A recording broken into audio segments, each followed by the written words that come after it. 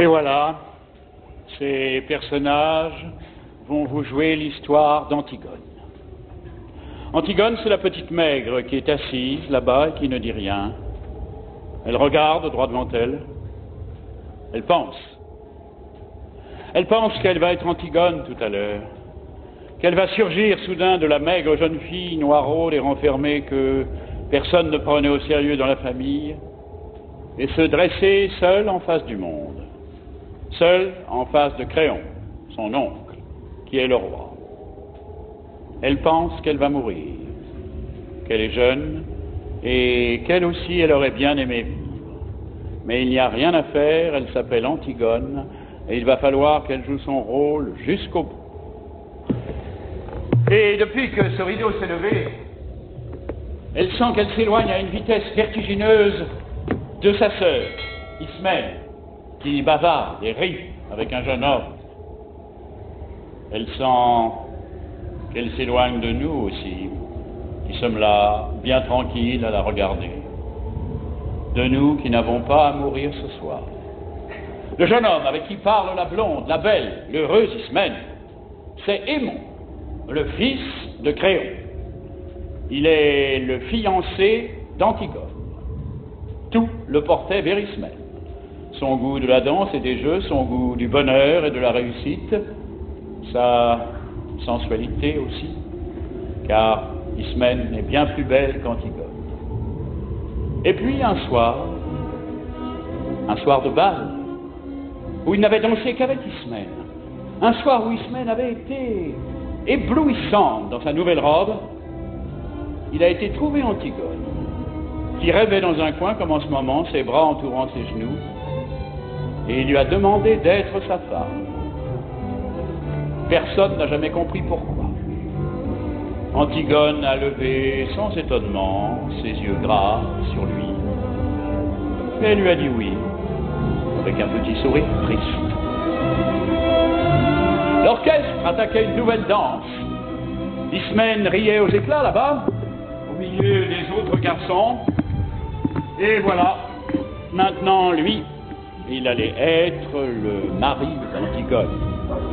Il ne savait pas qu'il ne devait jamais exister de mari d'Antigone sur cette terre et que ce titre princier lui donnait seulement le droit de mourir.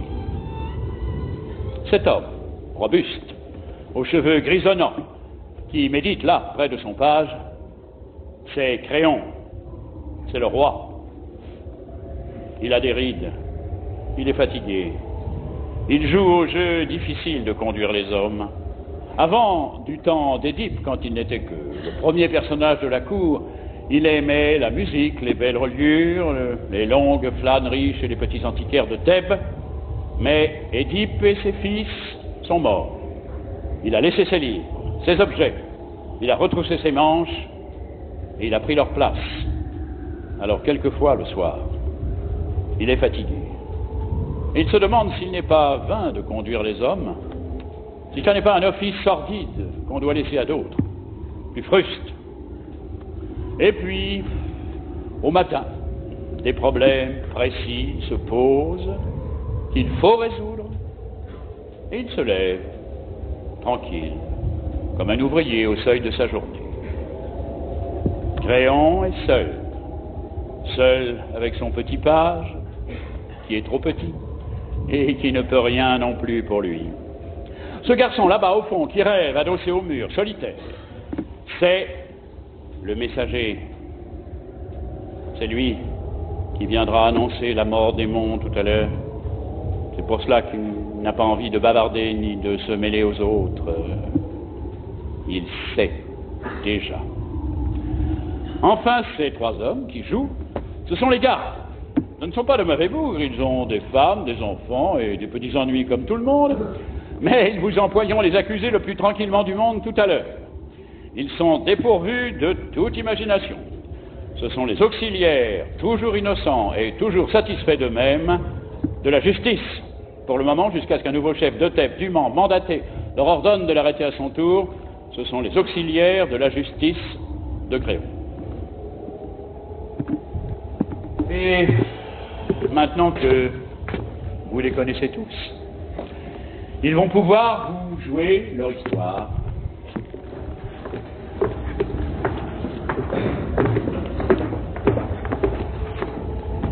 Elle commence au moment où les deux fils d'Édipe, Éthéocle et Polynice, qui devaient régner sur Thèbes 1 an chacun à tour de rôle, se sont battus et entretués sous les murs de la ville. Éthéocle, l'aîné, au terme de la première année de pouvoir, ayant refusé de céder la place à son frère. 7 grands princes étrangers que Polynice avait gagnés à sa cause ont été défaits devant les 7 portes de Thèbes. Maintenant, la ville est sauvée. Les 2 frères ennemis sont morts. Et Créon, le roi, a ordonné qu'à Éthéocle, le bon frère, il serait fait d'imposantes funérailles, mais que Polynice, le vaurien, le révolté, le voyou, serait laissé sans pleurs et sans sépulture, la proie des corbeaux et des chacals. Quiconque osera lui rendre les devoirs funèbres sera impitoyablement puni de mort.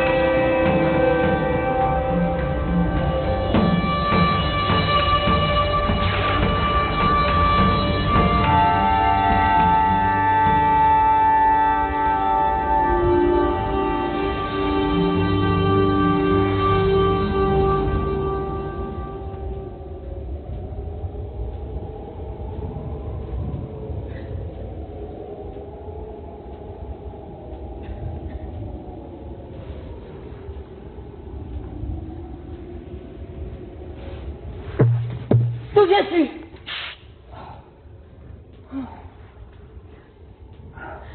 De me promener.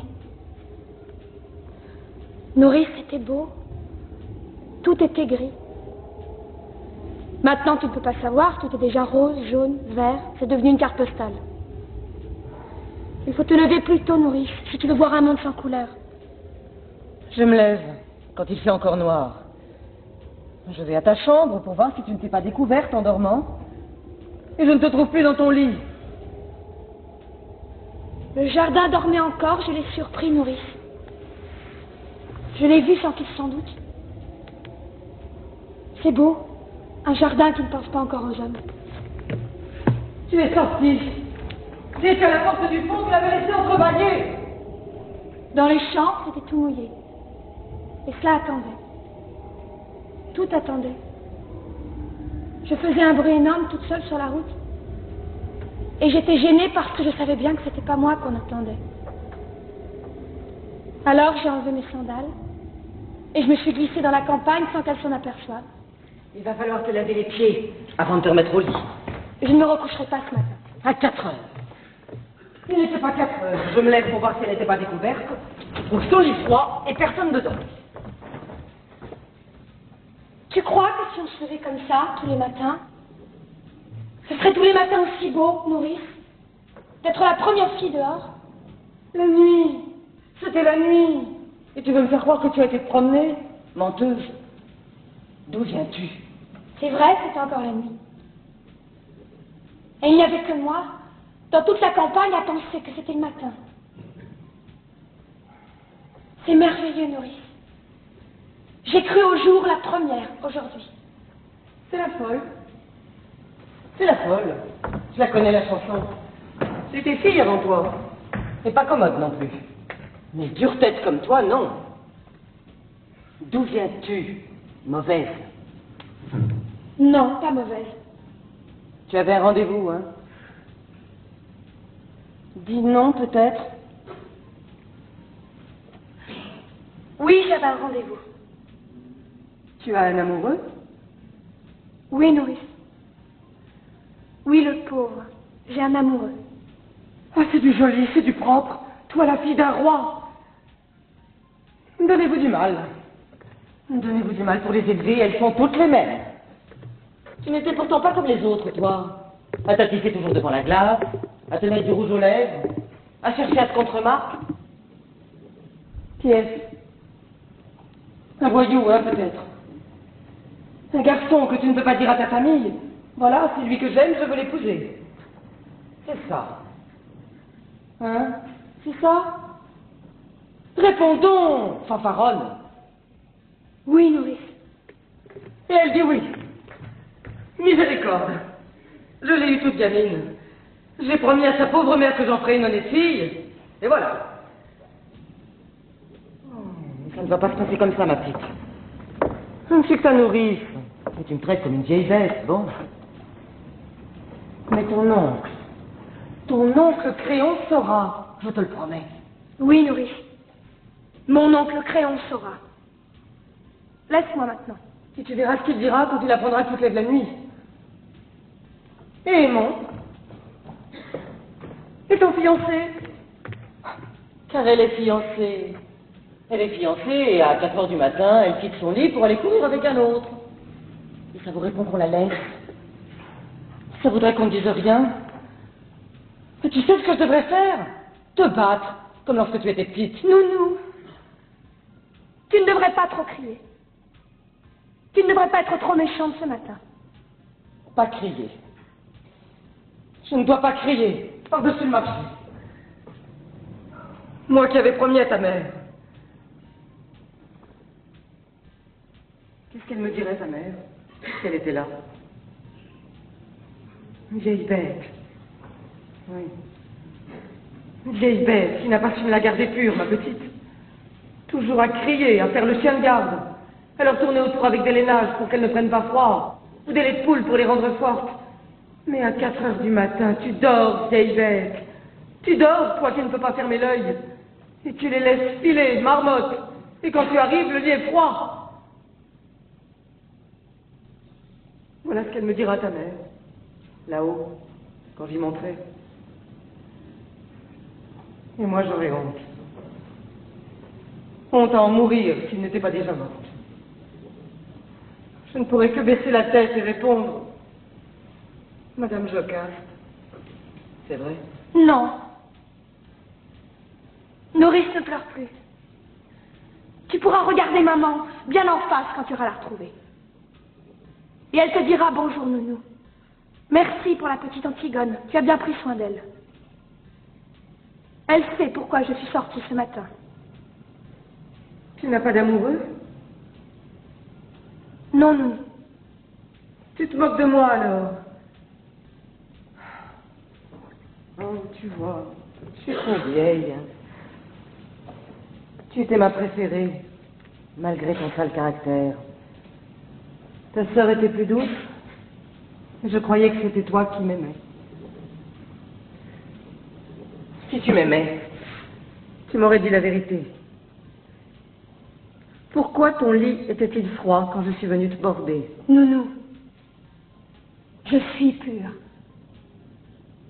Je n'ai pas d'autre amoureux qu'Aimé, mon fiancé, je te le jure. Je peux même te jurer, si tu veux,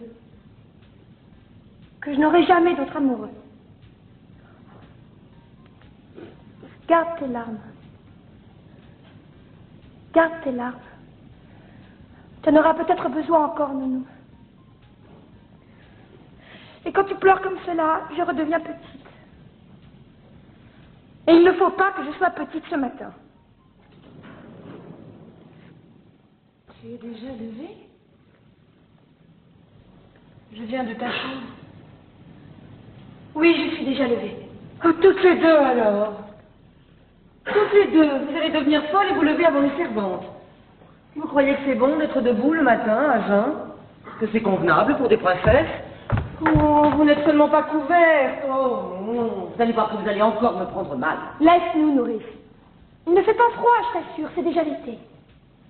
Va nous faire du café.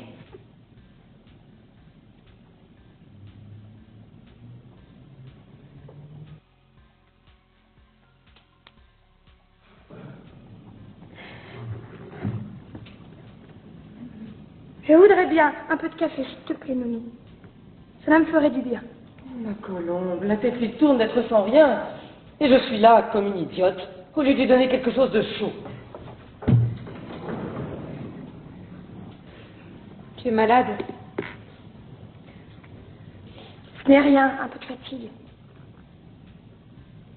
C'est parce que je me suis levée tôt. Moi non plus, je n'ai pas dormi. Il faut que tu dormes, tu serais moins belle demain. Ne te moque pas. Je ne me moque pas. Cela me rassure ce matin que tu sois belle. Quand j'étais petite, j'étais si malheureuse, tu te souviens? Je te barbouillais de terre. Je te mettais des vers dans le cou.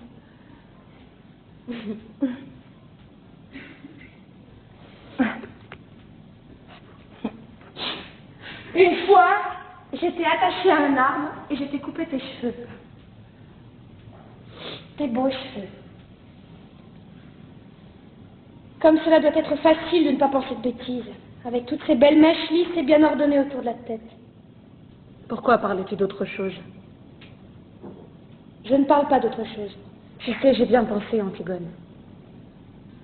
Oui, j'ai bien pensé toute la nuit. Tu es folle.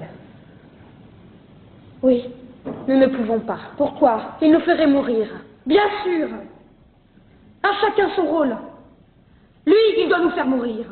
Et nous, nous devons aller enterrer notre frère. C'est comme cela que ça a été distribué. Qu'est-ce que tu veux que nous y fassions? Je ne veux pas mourir. Moi aussi. J'aurais bien voulu ne pas mourir. Écoute. J'ai bien réfléchi toute la nuit. Je suis l'aimée, je réfléchis plus que toi. Il y a des fois, il ne faut pas trop réfléchir. Si, Antigone. D'abord, bien sûr, c'est horrible, et j'ai pitié, moi aussi, de mon frère. Mais je comprends un peu notre oncle. Moi, je ne veux pas comprendre un peu. Il est le roi, il faut qu'il donne l'exemple. Et moi, je ne suis pas le roi. Il ne faut pas que je donne l'exemple, moi. Elle fait ce qui lui passe par la tête, la petite Antigone. La sale bête, l'entêtée, la mauvaise. Et puis après, on la met dans un coin ou dans un trou, et c'est bien fait pour elle. Elle n'avait qu'à ne pas désobéir. Allez, allez. Tes sourcils joints, tu regardes droit devant toi et te voilà lancé sans écouter personne. Écoute-moi, j'ai raison plus souvent que toi. Je ne veux pas avoir raison. Essaie de comprendre, moi. Comprendre? Vous n'avez que ce mot-là dans la bouche, tous. Depuis que je suis toute petite. Il fallait comprendre qu'on ne peut pas toucher à l'eau. À la belle et fuyante eau froide parce que ça mouille les dalles. À la terre parce que ça tache les robes. Il fallait comprendre qu'on ne peut pas manger tout à la fois. Donner tout ce qu'on a dans ses poches aux mendiants qu'on rencontre. Courir. Courir dans le vent jusqu'à ce qu'on tombe par terre et boire quand on a chaud. Et se baigner quand il est trop tôt ou trop tard. Mais pas juste quand on en a envie. Comprendre. Toujours comprendre. Mais moi je ne veux pas comprendre. Je comprendrai quand je serai vieille. Si je deviens vieille, pas maintenant. Il est plus fort que nous, Antigone. Il est le roi. Et ils pensent tous comme lui dans la ville. Ils sont des milliers et des milliers autour de nous. Grouillant dans toutes les rues de Thèbes. Je ne t'écoute pas. Ils nous hueront. Ils nous prendront avec leurs 1000 bras, leurs 1000 visages et leur unique regard. Ils nous cracheront à la figure. Et il faudra avancer dans leur haine, sur la charrette, avec leur odeur et leur rire, jusqu'au supplice. Et souffrir? Il faudra souffrir. Sentir que la douleur monte, qu'elle est arrivée au point où on ne peut plus la supporter, qu'il faudrait qu'elle s'arrête, mais qu'elle continue pourtant et monte encore, comme une voix aiguë. Je ne peux pas. Je ne peux pas.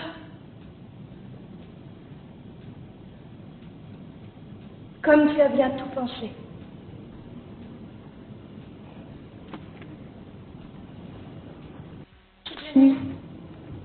Pas toi? Si, bien sûr. Tu sais, moi, je ne suis pas très courageuse. Moi non plus. Mais qu'est-ce que cela fait? Tu n'as donc pas envie de vivre, toi?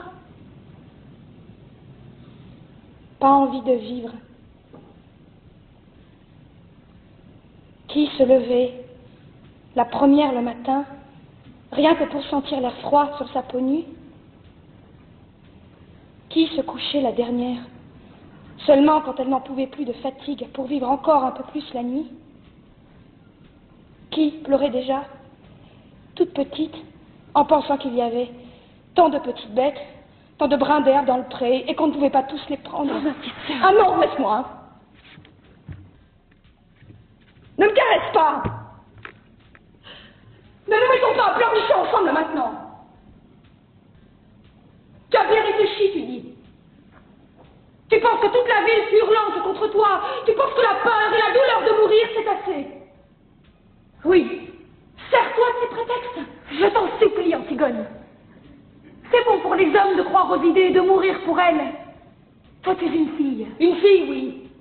Et je sais pleurer d'être une fille. Ton bonheur est là, devant toi. Et tu n'as qu'à le prendre, tu es fiancée. Tu es jeune, tu es belle. Non, je ne suis pas belle. Pas belle comme nous, mais autrement. Tu sais bien que c'est sur toi que se retournent les petits voyous dans la rue. Que c'est toi que les petites filles regardent passer, soudain muettes, sans pouvoir te quitter des yeux jusqu'à ce que tu aies tourné le coin. Des voyous. Des petites filles. Et aimons, Antigone.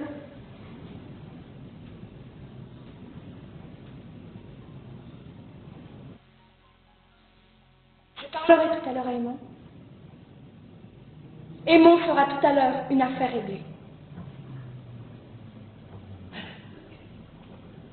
Tu es folle. Tu m'as toujours dit que j'étais folle. Pour tout, depuis toujours.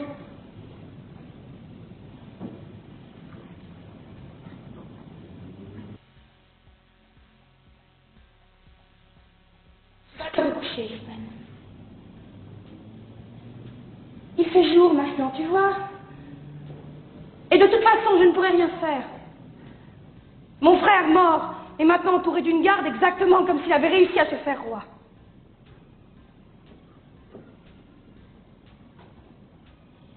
Va te recoucher. Tu es toute pâle de fatigue. Et toi? Je n'ai pas envie de dormir. Mais je te promets que je ne bougerai pas d'ici avant ton réveil. Nourrice va m'apporter à manger. Va dormir encore.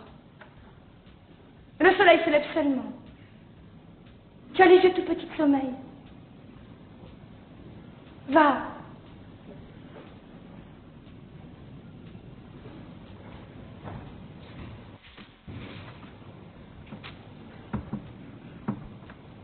Je te convaincrai, n'est-ce pas? Je te convaincrai, tu me laisseras te parler encore.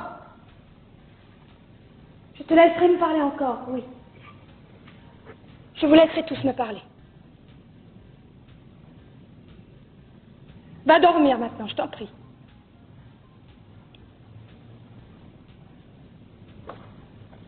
Tu serai moins belle demain.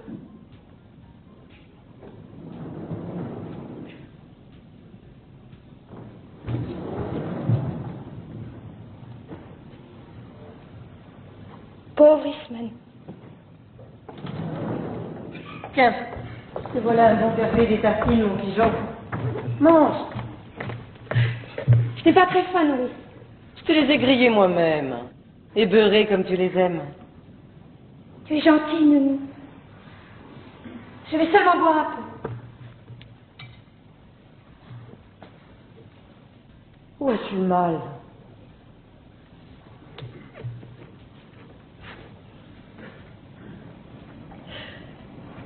Nulle part, Nounou.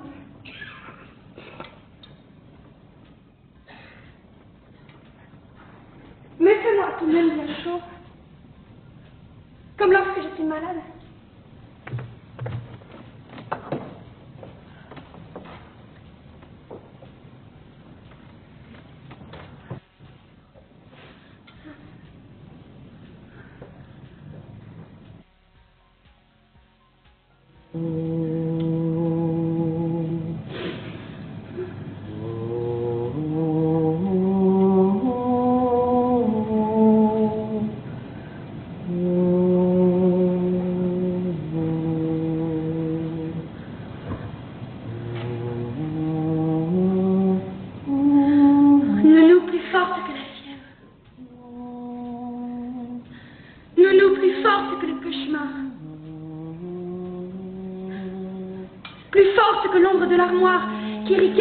Transforme de ronneur sur le mur.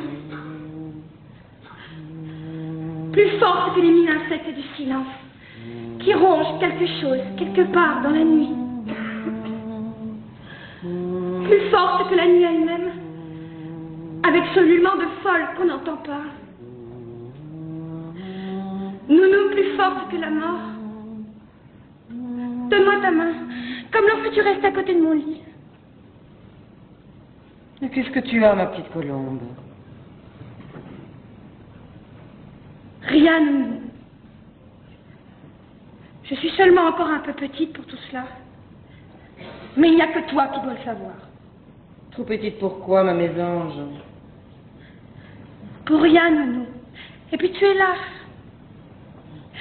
Je tiens ta bonne main rugueuse qui sauve de tout, toujours. Je le sais bien.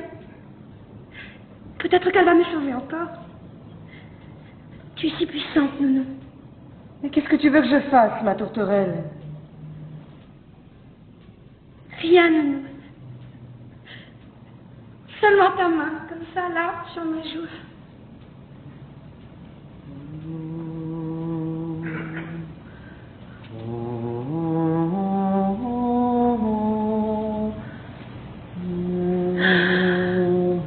Voilà, je n'ai plus peur. Ni du méchant ogre, ni du marchand de sable. Ni de Taou qui passe et emmène les enfants.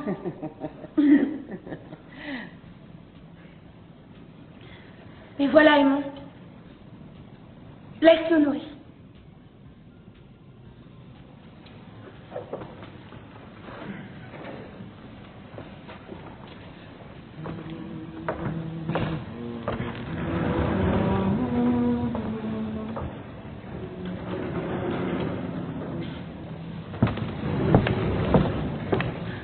Pardon, Aimon. Pour notre dispute d'hier soir, et pour tout, c'est moi qui avais tort, je te prie de me pardonner. Tu sais bien que je t'avais pardonné à peine avais-tu claqué la porte. Ton parfum était encore là et je t'avais déjà pardonné. À qui l'avais-tu volé ce parfum? À Ismaël. Et le rouge à lèvres, la poudre, la belle robe? Aussi. En quel honneur t'étais-tu faite si belle? Je te le dirai.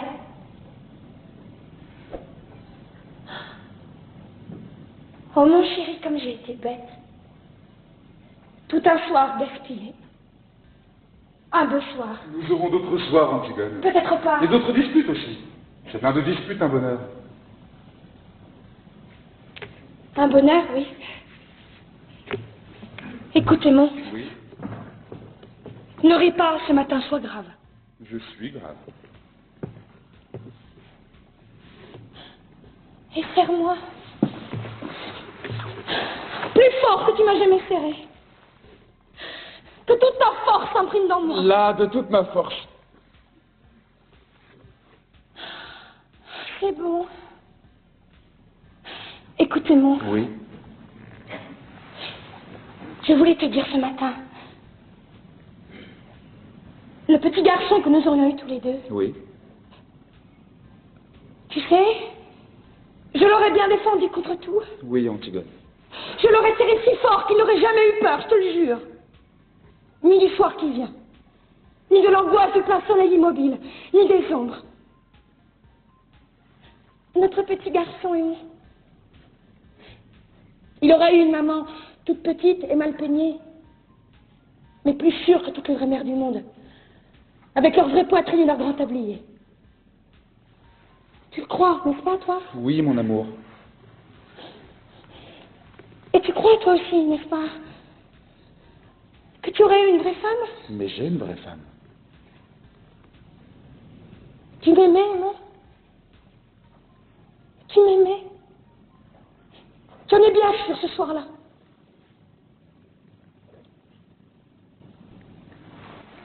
Quel soir? Tu es sûr qu'à ce bal où tu es venu me chercher dans mon coin, tu t'es pas trompée de jeune fille? Tu es sûr que tu n'as jamais regretté depuis? Jamais pensé, tout au fond de toi, même une fois, que tu aurais plutôt dû demander Ismaël? Idiote! Tu m'aimes, n'est-ce pas? Tu m'aimes comme une femme? Tes bras qui me serrent ne mentent pas? Tes grandes mains posées sur mon dos ne mentent pas? Ni ton odeur? Ni ce bon chaud? Ni cette grande conscience qui m'inonde quand j'ai la tête au creux de ton cou? Oui, Antigone, je t'aime comme une femme. Mais je suis noire et maigre, Ismaël est rose et doré comme un fruit. Antigone.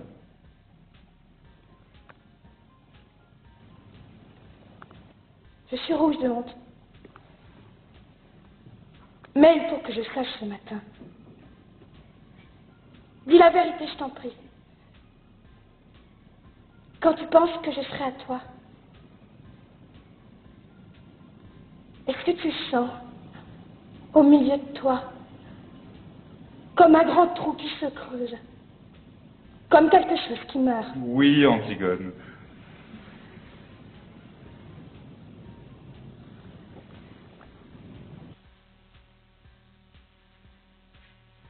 Moi, je sens comme cela.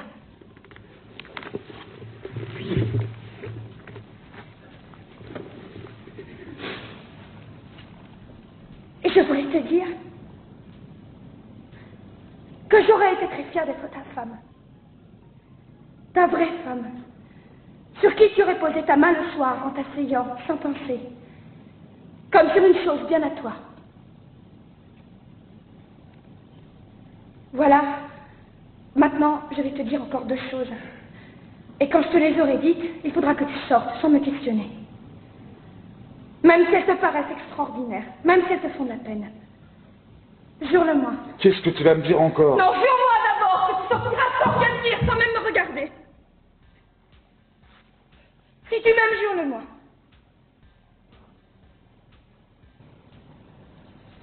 Tu vois comme je te le demande. Jure-le-moi, s'il te plaît, non. C'est la dernière folie que tu auras à me passer. Je te le jure. Merci. Alors voilà. Hier d'abord. Tu me demandais tout à l'heure pourquoi j'étais venue avec une robe d'Ismène, ce parfum, ce rouge à lèvres. J'étais bête. Je n'étais pas très sûre que tu me désires vraiment. Et j'avais fait tout ça pour être un peu plus comme les autres filles. Pour te donner envie de moi. C'était pour cela? Oui. Et tu as ri. Et nous nous sommes disputés. Et mon mauvais caractère a été le plus fort, je me suis sauvée.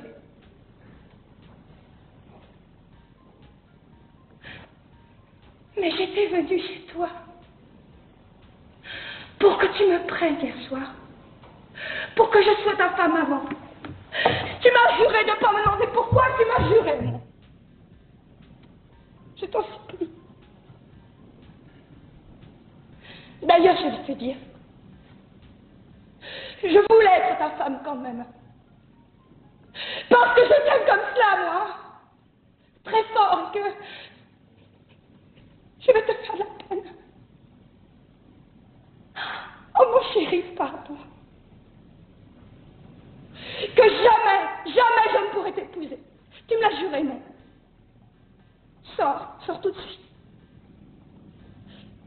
Si tu pars, si tu fais un seul pas vers moi, je me jette par cette fenêtre, je te le jure, Emma. Je te le jure sur la tête du petit garçon que nous avons eu tous les deux entre elles. Du seul petit garçon que j'aurai jamais. Pars maintenant. Pars vite. Tu sauras demain. Tu sauras tout à l'heure.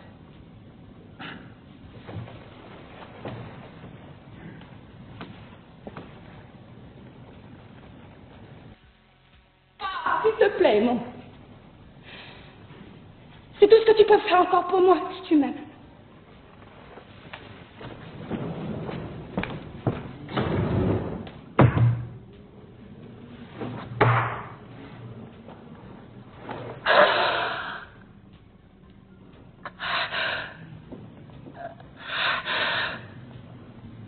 Voilà. C'est fini pour Aimon, Antigone. Antigone? Achille. Oui, je suis là. Je ne peux pas dormir. J'avais peur que tu sortes et que tu tentes de l'enterrer malgré le jour.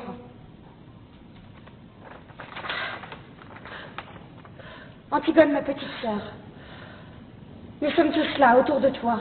Aimons-nous, nous et moi. Nous t'aimons et nous sommes vivants, nous. Nous avons besoin de toi. Polynice est mort et il ne t'aimait pas. Il a toujours été un étranger pour nous. Un mauvais frère. Oublie-le, Antigone, comme il nous avait oubliés. Laisse son ombre dure errer éternellement sans sépulture, puisque c'est la loi de Créon. Ne tente pas ce qui est au-dessus de tes forces. Tu braves tout, toujours. Mais tu es toute petite, Antigone. N'y va pas cette nuit. Reste avec nous. Je t'en supplie.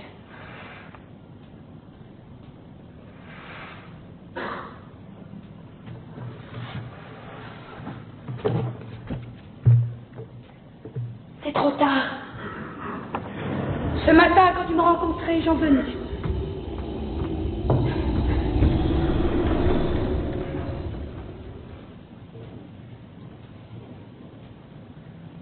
Antigone.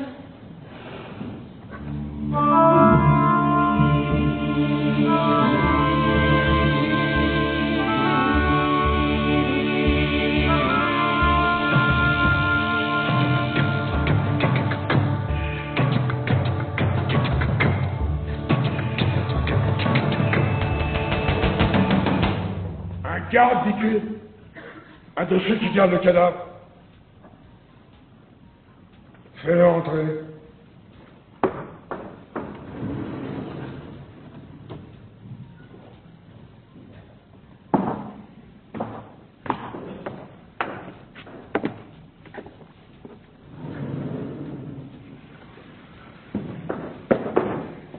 Garde Jonas de la 2e compagnie. Qu'est-ce que tu veux?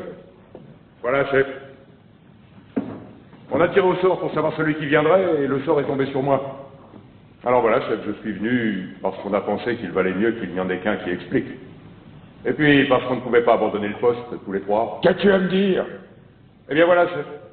Le cadavre. On a veillé pourtant. On avait la relève de 2 heures, la plus dure. Vous savez ce que c'est au moment où la nuit va finir, ce plomb entre les yeux, la nuque qui tire, et puis toutes ces ombres qui bougent et le brouillard du petit matin qui se lève. Ah, ils ont bien choisi leur heure. On était là, on parlait, on battait la semelle. On ne dormait pas, chef. Ça, on peut vous le jurer tous les trois qu'on ne dormait pas.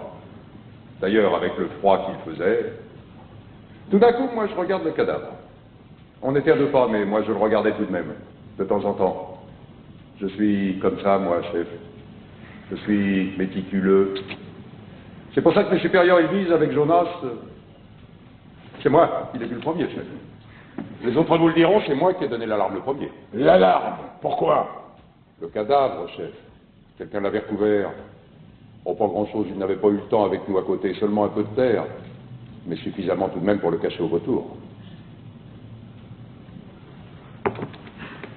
Tu es sûr que ce n'est pas une bête? En grattant? Non, chef, on a d'abord espéré ça, nous aussi, mais la terre était jetée sur lui selon les rites. C'est quelqu'un qui savait ce qu'il faisait. Qui a osé? Qui a été assez fou pour braver ma loi? As-tu relevé des traces? Rien. Rien qu'un pas plus léger qu'un passage d'oiseau. Après, en cherchant mieux, on a trouvé plus loin une pelle. Une petite pelle d'enfant, toute vieille, toute rouillée. On a pensé que ça ne pouvait pas être un enfant qui avait fait le coup. Un enfant? Hein? L'opposition. Brisée qui sourd et mine déjà partout. Les amis de Polynice avec leur or bloqué dans Thèbes. Les chefs de la plèbe, soudainement alliés au prince. Et les prêtres, essayant de pêcher quelque chose au milieu de tout cela. Un enfant. Ils ont dû penser que ce serait plus touchant. Je le vois d'ici, leur enfant, avec sa gueule de tueur à pointer. Et la petite pelle soigneusement enveloppée dans du papier sous sa veste. Ah, à moins qu'il n'ait dressé un vrai enfant, avec des phrases. Une innocence inestimable pour le parti. Un vrai petit garçon pâle, qui crachera devant mes fusils.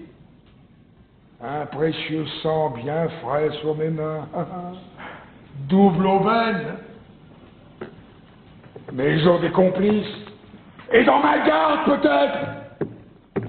À qui avez-vous déjà parlé de cette affaire? À personne, chef, on a tout de suite tiré au sort et je suis venu. Alors écoute bien, votre garde est doublée, renvoyez la relève. Voilà l'ordre. Je ne veux que vous près du cadavre. Et pas un mot. Vous êtes tous coupables d'une négligence, vous serez punis, de toute façon. Mais si tu parles, si le bruit court dans la ville qu'on a recouvert le cadavre de Polynice, alors vous mourrez, tous les trois. On n'a pas parlé, chef, je vous le jure. Mais moi, j'étais ici. Et peut-être que les autres, ils l'ont déjà dit à la relève. Chef, j'ai 2 enfants. Il y en a un qui était tout petit. Vous témoignerez pour moi que j'étais ici, chef, devant le conseil de guerre. J'étais ici, moi, avec vous. J'ai un témoin. Si on a parlé, ce sera les autres, ce sera pas moi. J'ai un témoin, moi. Alors va vite. Si personne ne sait, tu vivras.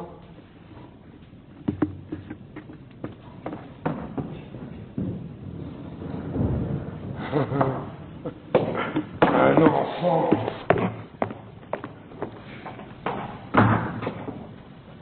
Tu mourrais, toi, pour moi? Tu crois que tu irais avec ta petite pelle? Ah, bien sûr. Tu irais tout de suite, toi aussi.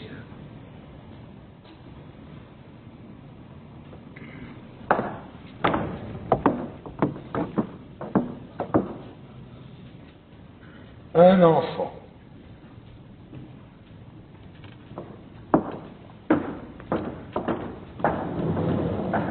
Et voilà. Maintenant, le ressort est bandé. Cela n'a plus qu'à se dérouler tout seul. C'est ça qui est commode dans la tragédie. On donne le petit coup de pouce pour que cela démarre. Rien. Un regard pendant une seconde à une fille qui passe et lève les bras dans la rue. Une envie d'honneur, un beau matin, comme de quelque chose qui se mange.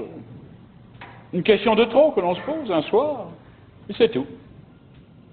Et après, on n'a plus qu'à laisser faire. Ça roule tout seul. C'est minutieux, bien huilé, depuis toujours. La mort, la trahison, le désespoir sont là, tout près. Et les éclats, et les orages, et les silences, tous les silences.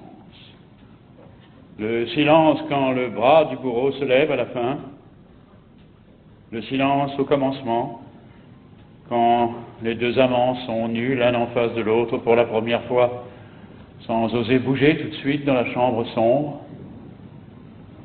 Le silence quand les cris de la foule éclatent autour du vainqueur. Et c'est comme un film dont le son s'est enrayé, toutes ces bouches ouvertes dont il ne sort rien. Toute cette clameur qui n'est qu'une image. Et le vainqueur, déjà vaincu, seul, au milieu de son silence. C'est propre, la tragédie. C'est reposant. C'est sûr. Dans le drame, avec ses traîtres, avec ses méchants acharnés, cette innocence persécutée, ces vengeurs, ces terre-neuves, ces lueurs d'espoir, ça devient épouvantable de mourir, comme un accident. Et on aurait peut-être pu se sauver. Le bon jeune homme aurait peut-être pu arriver à temps avec les gendarmes. Dans la tragédie, on est tranquille. D'abord, on est entre soi, et on est tous innocents, en somme. Ce n'est pas parce qu'il y en a un qui tue et l'autre qui est tué, c'est une question de distribution. Et puis surtout, c'est reposant la tragédie, parce qu'on sait qu'il n'y a plus d'espoir. Ça, l'espoir. Qu'on est pris, qu'on est enfin pris comme un rat, avec tout le ciel sur son dos. On n'a plus qu'à crier, pas à gémir, pas à se plaindre, non, à gueuler à pleine voix ce qu'on avait à dire, qu'on n'avait jamais dit et qu'on ne savait peut-être même pas encore. Et pour rien, pour se le dire à soi, pour l'apprendre soi. Dans le drame, on se débat parce qu'on espère en sortir, c'est ignoble. C'est utilitaire. Là, c'est gratuit. C'est pour les rois. Il n'y a plus rien à tenter. Enfin. Alors voilà, cela commence. La petite Antigone est prise. La petite Antigone va pouvoir être elle-même pour la première fois. Allez, allez, pas d'histoire. Je vous expliquerai devant le chef. Moi, je ne connais que la consigne. Ce que vous aviez à faire là, je ne peux pas le savoir. Tout le monde a des excuses. Tout le monde a quelque chose à objecter. S'il fallait écouter les gens, s'il fallait essayer de comprendre, on serait pas en train. Allez, allez, tenez là, vous autres. Et pas d'histoire. Moi, ce qu'elle a à dire, je ne peux pas le savoir. Dis-leur de me lâcher avec leurs sales mains, ils font mal. Leurs sales mains. Vous pourriez être poli, mademoiselle. Moi, je suis poli. Dis-leur de me lâcher. Je suis la fille d'Édipe, je suis Antigone, je ne me sauverai pas. La fille d'Édipe. Oui. Les putains qu'on ramasse à la garde de nuit, elles disent aussi de se méfier. Quels sont la bonne amie du préfet de police? Je veux bien mourir, mais pas qu'il me touche. Et les cadavres, dis. Et la terre. Ça ne te fait pas peur à toucher? Tu dis leurs sales mains? Regarde un peu les tiennes.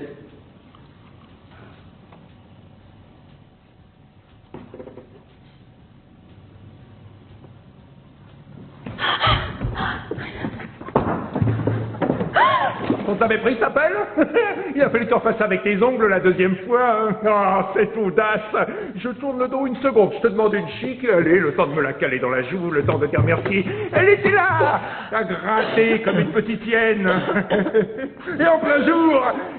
Et c'est qu'elle se débattait cette garce quand j'ai voulu la prendre. C'est qu'elle voulait me sauter aux yeux. Hein. Elle criait qu'il fallait qu'elle finisse.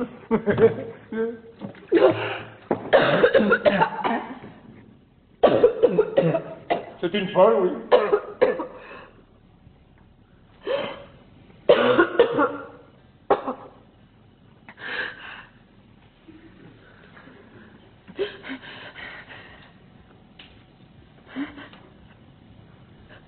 Je voudrais m'asseoir un peu.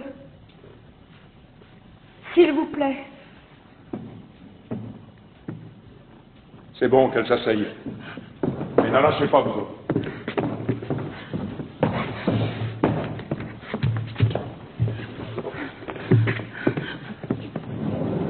Garde à vous.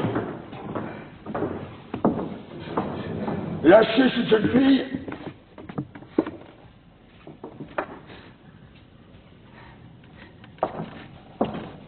Qu'est-ce que c'est? C'est le piquet de garde, chef. On est venu avec les camarades. Qui garde le corps? On a appelé la relève, chef. Je t'avais dit de la renvoyer. Je t'avais dit de ne rien dire. On n'a rien dit, chef. Mais comme on a arrêté celle-là, on a pensé qu'il fallait qu'on vienne. Et cette fois, on n'a pas tiré au sort. On est venus tous les trois. Imbécile.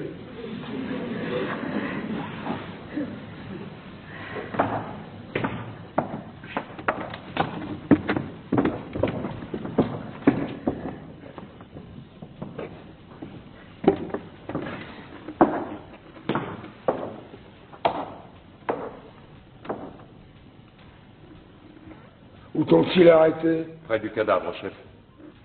Qu'allais-tu faire près du cadavre de ton frère? Tu savais que j'avais interdit de l'approcher? Ce qu'elle faisait, chef. C'est pour ça qu'on vous l'amène. Elle grattait la terre avec ses mains. Elle était en train de le recouvrir, encore une fois. Sais-tu bien ce que tu es en train de dire, toi? Chef, vous pouvez demander aux autres. On avait dégagé le corps à mon retour. Mais avec le soleil qui chauffait, comme il commençait à se sentir, on s'était mis sur une petite hauteur, pas loin, pour être dans le vent. On se disait qu'en plein jour, on ne risquait rien, pourtant, pour être plus sûr, on avait décidé qu'il y en aurait toujours un de nous trois qui le regarderait. Mais à midi, en plein soleil, et puis avec l'odeur qui montait depuis que le vent était tombé, c'était comme un coup de massue. J'avais beau écarquiller les yeux, ça tremblait comme de la gélatine. Je ne voyais plus. J'ai au camarade, j'ai demandé une chic pour passer ça. Le temps que je me la cale à la joue, chef, le temps que je lui dise merci, je me retourne, elle était là à gratter avec ses mains.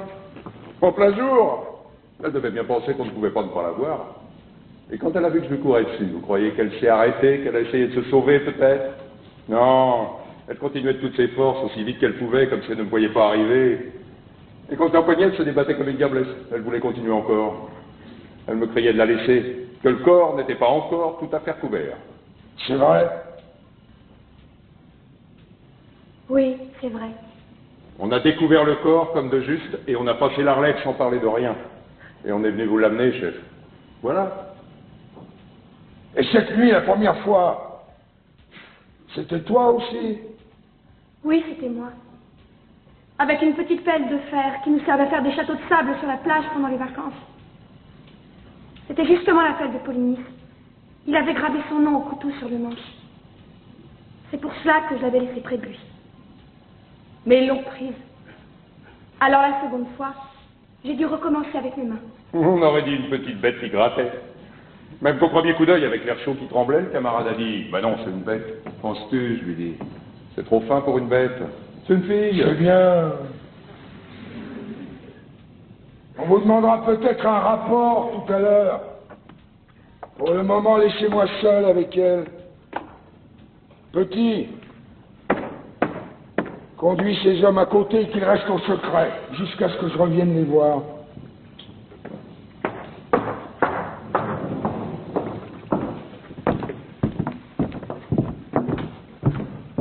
Faut-il lui mettre les menottes, chef? Non.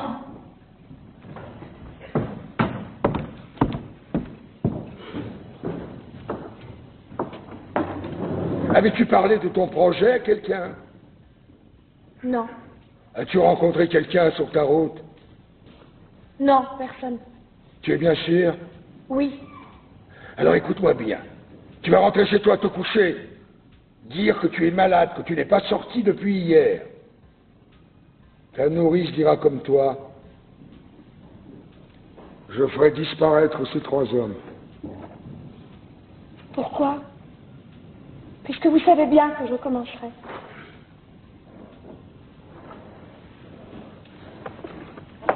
Pourquoi tu tentais d'enterrer ton frère? Je le devais. Je l'avais interdit! Je le devais tout de même. Ceux qu'on n'enterre pas errent éternellement, sans jamais trouver de repos. Si mon frère vivant était rentré harassé d'une longue chasse, je lui aurais enlevé ses chaussures, je lui aurais fait à manger, je lui aurais préparé son lit. Polynice aujourd'hui a achevé sa chasse. Il rentre à la maison, où mon père et ma mère et Théocle aussi l'attendent. Il a droit au repos. C'était un révolté, un traître. Tu le savais? C'était mon frère. Tu l'as entendu proclamer les dieux au carrefour. Tu avais lu l'affiche sur tous les murs de la ville. Oui. Tu savais le choc qui était promis à celui quel qu'il soit qui oserait lui rendre les honneurs funèbres? Oui, je le savais. Ah, alors tu as peut-être cru que d'être la fille d'Édipe, la fille de l'orgueil d'Édipe, c'était assez pour être au-dessus de la loi. Non, je n'ai pas cru cela. La loi est d'abord faite pour toi, Antigone. La loi est d'abord faite pour les filles des rois. Si j'avais été une servante, en train de faire sa vaisselle, quand j'ai entendu lire l'édit, j'aurais essuyé l'eau grasse de mes bras, et je serais sortie avec mon tablier pour aller enterrer mon frère. C'est pas vrai! Si tu avais été une servante, hein, tu n'aurais pas douté que tu allais mourir. Et tu serais resté à pleurer ton frère, mais chez toi. Seulement tu as pensé que tu étais de race royale, ma nièce, la fiancée de mon fils, et que quoi qu'il arrive, je n'oserais pas te faire mourir. Vous vous trompez. J'étais certaine que vous me feriez mourir, au contraire. Voilà, l'orgueil. L'orgueil d'Édipe, tu es l'orgueil d'Édipe. Ah, maintenant, quand je l'ai trouvé au fond de tes yeux, je te crois. Tu as dû penser que je te ferais mourir. Et cela paraissait un dénouement alors tout naturel pour toi, orgueilleuse. Pour ton père non plus, je ne dis pas le bonheur, il n'en était pas question. Mais le malheur humain, c'était trop peu. Parce que l'humain vous gêne aux entournures dans la famille. Il vous faut un tête-à-tête avec le destin et la mort. Et tuer votre père, et coucher avec votre mère, et apprendre tout ça après mot par mot. Ah, quel breuvage, hein, les mots qui vous condamnent. Et comme on les boit goulûment, lorsqu'on s'appelle Édipe ou Antigone. Et le plus simple après, hein, c'est encore de se crever les yeux, et d'aller mendier avec ses enfants sur les routes. Eh bien là, ces temps sont révolés pour Thèbes. Thèbes a droit maintenant à un prince, sans histoire. Moi, je m'appelle seulement Créon. Dieu merci. J'ai mes 2 pieds par terre, mes 2 mains enfoncées dans mes poches. Et puisque je suis roi, j'ai résolu, avec moins d'ambition que ton père, de m'employer, tout simplement, à rendre l'ordre de ce monde un peu moins absurde, si c'est possible. C'est même pas une aventure, c'est un métier. Un métier pour tous les jours. C'est pas toujours drôle, comme tous les métiers. Mais puisque je suis là, hein, je suis là pour le faire. Alors je vais le faire. Écoute-moi bien, tu es Antigone, tu es la fille d'Édipe, toi. Mais tu as 20 ans. Il n'y a pas si longtemps, tout cela se serait réglé avec du pain sec, une paire de gifles. Te faire mourir? Tu ne t'es pas regardé, moineau. Tu es trop maigre.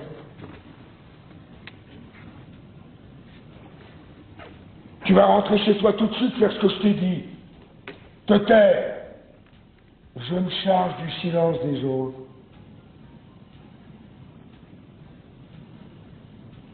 Allez, va!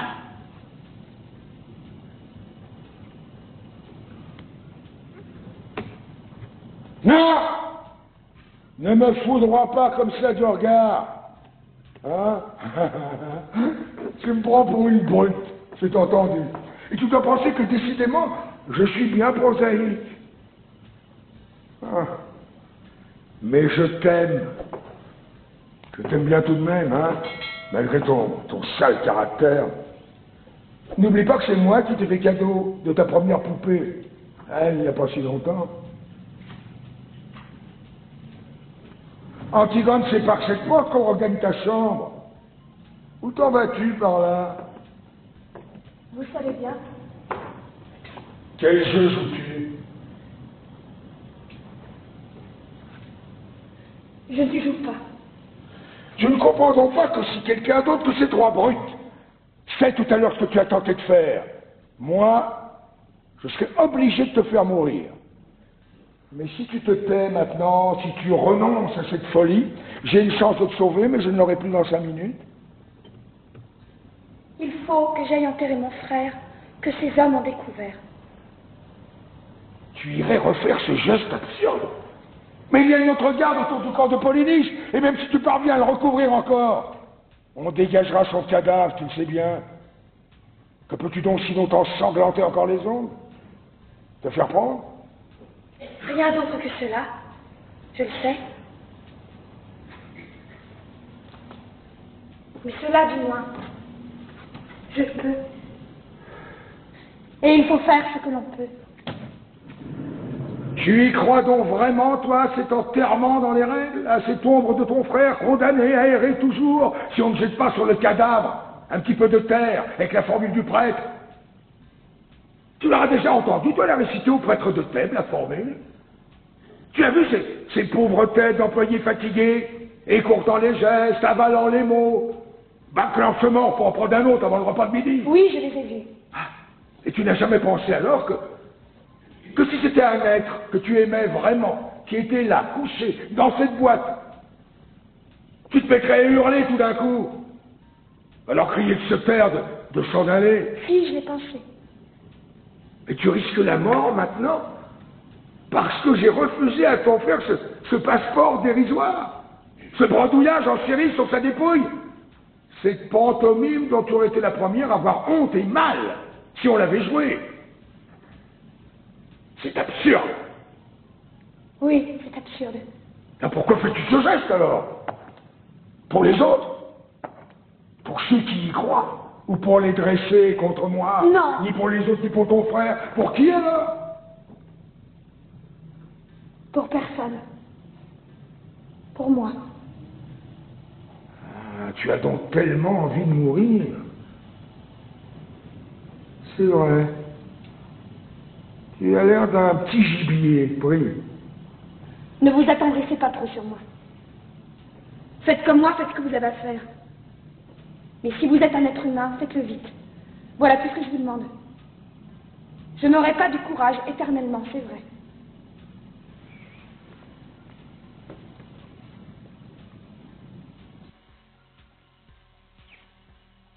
Je veux te sauver, Antigone. Vous êtes le roi, vous pouvez tout, mais cela vous ne le pouvez pas. Tu crois? Ni me sauver, ni me contraindre. Orgueilleuse, petite Édipe. Vous pouvez seulement me faire mourir. Et si je te fais torturer? Pourquoi? Pour que je pleure? Que je demande grâce? Que je jure tout ce qu'on voudra? Et que je recommence après, quand je n'aurai plus mal. Écoute-moi bien, hein? J'ai le mauvais rôle, c'est entendu, et tu as le bon. Et tu le sens. Mais n'en profite tout de même pas trop, hein, petite peste. Parce que si c'était une bonne brute, ordinaire de tyran, il y a déjà longtemps qu'on t'aurait arraché la langue, tiré les membres au tenaille, jeté dans un trou. Non, tu vois quelque chose dans mes yeux, quelque chose qui hésite. Hein? Tu vois que je te laisse parler au lieu d'appeler mes soldats. Alors tu nargues, tu attaques tant que tu peux, mais où veux-tu en venir à la fin, petite furie? Lâchez-moi, vous faites mal au bras avec votre main. Non, moi je suis le plus fort comme ça, alors j'en profite aussi. Aïe. C'est peut-être ce que je devrais faire après tout, hein? Tout simplement te tendre le poignet et te tirer les cheveux, comme on fait aux filles dans les jeux. Je suis ton oncle, c'est entendu, mais nous ne sommes pas tendres les uns pour les autres dans la famille. Ça ne te semble pas drôle tout de même, non? Ce roi bafoué, qui peut tout, ce vieil homme, qui t'écoute, et qui en habitue d'autres, est aussi attendrissant que toi, je t'assure, et qui est là à se donner toute cette peine pour essayer de t'empêcher de mourir. Vous serrez trop maintenant. Cela ne me fait même plus mal. Je n'ai plus peur. Je sais pourtant si j'ai autre chose à faire aujourd'hui. Mais je vais tout de même perdre le temps qu'il faudra. Et te sauver, petite peste. Au lendemain d'une révolution ratée, il y a du pain sur la planche, je t'assure. Mais les affaires urgentes attendront. Je ne veux pas te laisser mourir dans une histoire de politique. Tu vas mûrir ça. Hein? Et parce que ton Polynice, cette ombre éplorée, et ce corps qui se décompose entre ses gammes, et tout ce pathétique qui t'enflamme, tout cela, ce n'est qu'une histoire de politique. D'abord, je ne suis pas tendre, mais je suis délicat. J'aime ce qui est propre, net, bien lavé. Parce que tu crois que ça ne me dégoûte pas autant que toi, non? Cette viande qui pourrit au soleil. Mais il faut que tout est comme ça pendant quelque temps. Tu penses bien que j'aurais fait enterrer ton frère, ne fût que pour l'hygiène. Mais pour que les brutes que je gouverne comprennent, il faut que ça pue. Le cadavre de Polynice, dans toute la ville, Vous êtes odieux! Oui, mon petit... C'est le métier qu'il veut.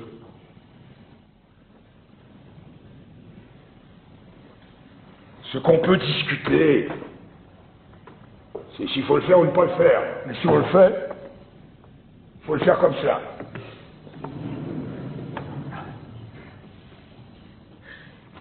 Et pourquoi le faites-vous? Un matin, je me suis réveillé, roi de Thèbes. Et Dieu sait si j'aimais autre chose dans la vie que d'être puissant. Il fallait dire non, alors. Ah, je le pouvais. Mais je me suis senti tout à coup comme un ouvrier qui refusait un ouvrage. Cela ne m'a pas paru honnête. J'ai dit oui. Eh bien, tant pis pour vous. Moi, je n'ai pas dit oui. Qu'est-ce que vous voulez que ça me fasse à moi? Votre politique? Vos nécessités? Vos pauvres histoires? Moi, je peux dire non encore à tout ce que je n'aime pas. Et je suis seul juge. Et vous? Avec votre couronne, avec vos gardes, avec votre attirail, vous pouvez seulement me faire mourir parce que vous avez dit oui. Écoute-moi. Mais si je veux, moi, je peux ne pas vous écouter. Vous avez dit oui. Je n'ai plus rien à apprendre de vous. C'est pas vous. Vous êtes là, à boire mes paroles. Et si vous n'appelez pas vos gardes, c'est pour m'écouter jusqu'au bout. Tu m'amuses. Non. Je vous fais peur. Et c'est pour ça que vous essayez de me sauver. Ça serait tout de même plus commode de garder une petite Antigone muette et vivante dans ce palais. Vous êtes trop sensible pour faire un bon tyran, voilà tout. Mais vous allez tout de même me faire tuer tout à l'heure, vous le savez. Et c'est pour cela que vous avez peur. C'est laid, un homme qui a peur. Oui, j'ai peur. J'ai peur d'être obligé de te faire tuer si tu t'obstines. Je ne le voudrais pas. Et moi, je ne suis pas obligée de faire ce que je ne voudrais pas. Vous n'auriez pas voulu non plus, peut-être, refuser une tombe à mon frère? Dites-le donc que vous ne l'auriez pas voulu. Je te l'ai déjà dit. Et vous l'avez fait, tout de même. Et maintenant, vous allez me faire tuer sans le vouloir. Et c'est cela, être roi. Oui, c'est cela. Pauvre Créon, avec mes ongles cassés et plein de terre, et les bleus que tes gardes m'ont fait au bras, avec ma peur qui me tord le ventre, moi je suis reine. Alors réfléchis-moi, vis. Le cadavre de ton frère qui pourrit sous mes têtes. C'est assez payé pour que l'ordre règne dans Thèbes. Mon fils t'aime. Alors ne m'oblige pas encore à payer avec toi. J'ai assez payé. Non, vous avez dit oui. Vous ne vous arrêterez jamais de payer maintenant. Mais va faire bon Dieu. Essaye de me comprendre une minute. Toi aussi, petite idiote. Moi, j'ai bien essayé de te comprendre.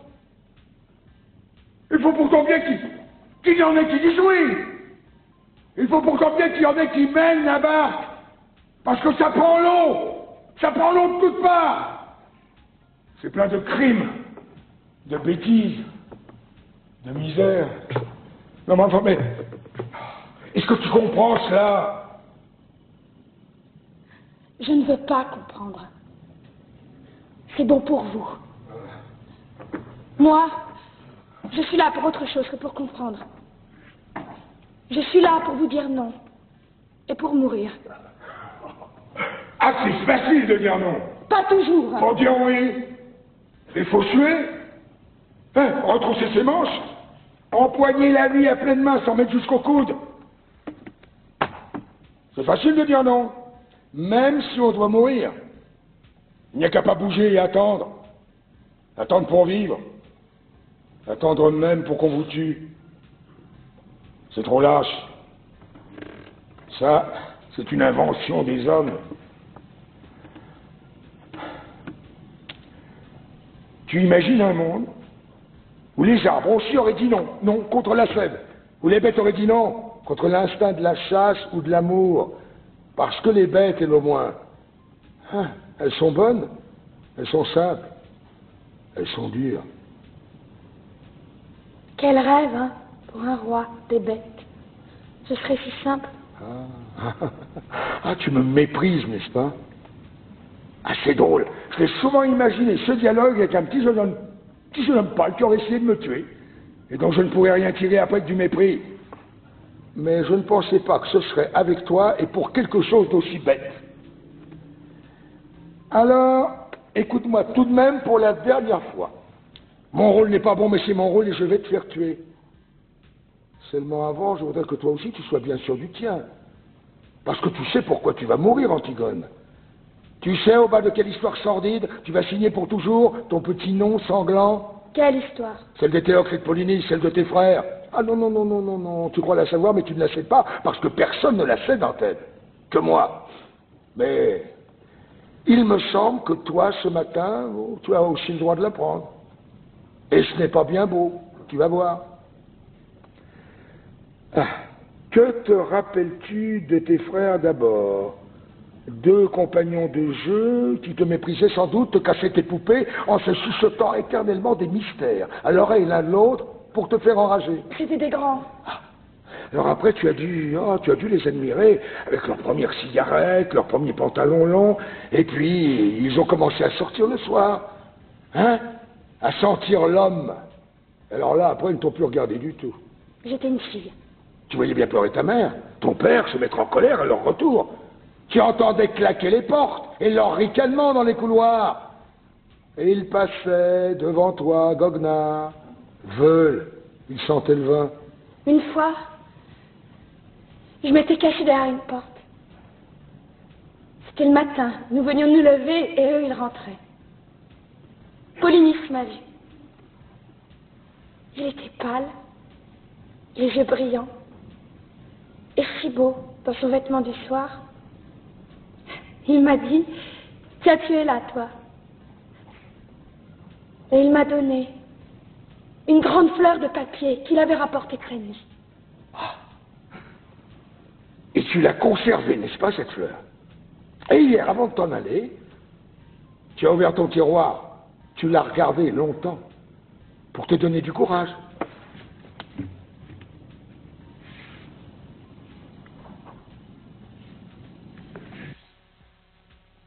Tu as dit ça?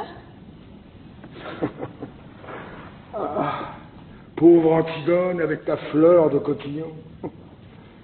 Sais-tu qui était ton frère? Je savais que vous me diriez du mal de lui, en tout cas. Un petit fêtard imbécile, un petit carnassier dur, sans âme, une petite brute, juste bonne à aller plus vite que les autres avec ses voitures, à dépenser plus d'argent dans les bars. Tiens, une fois, j'étais là, ton père venait de lui refuser une grosse somme d'argent qu'il avait perdu au jeu. Il est devenu tout pâle. Il a levé son poing en criant un mot ignoble. C'est pas vrai. Son poing de brûle, t'as tout volé dans le visage de ton père. C'était pitoyable. Ton père était assis à sa table, la tête dans ses mains, il saignait. Il saignait du nez et il pleurait. Et dans un coin du bureau, Pauline, il se ricanant, qui allumait une cigarette. C'est pas vrai.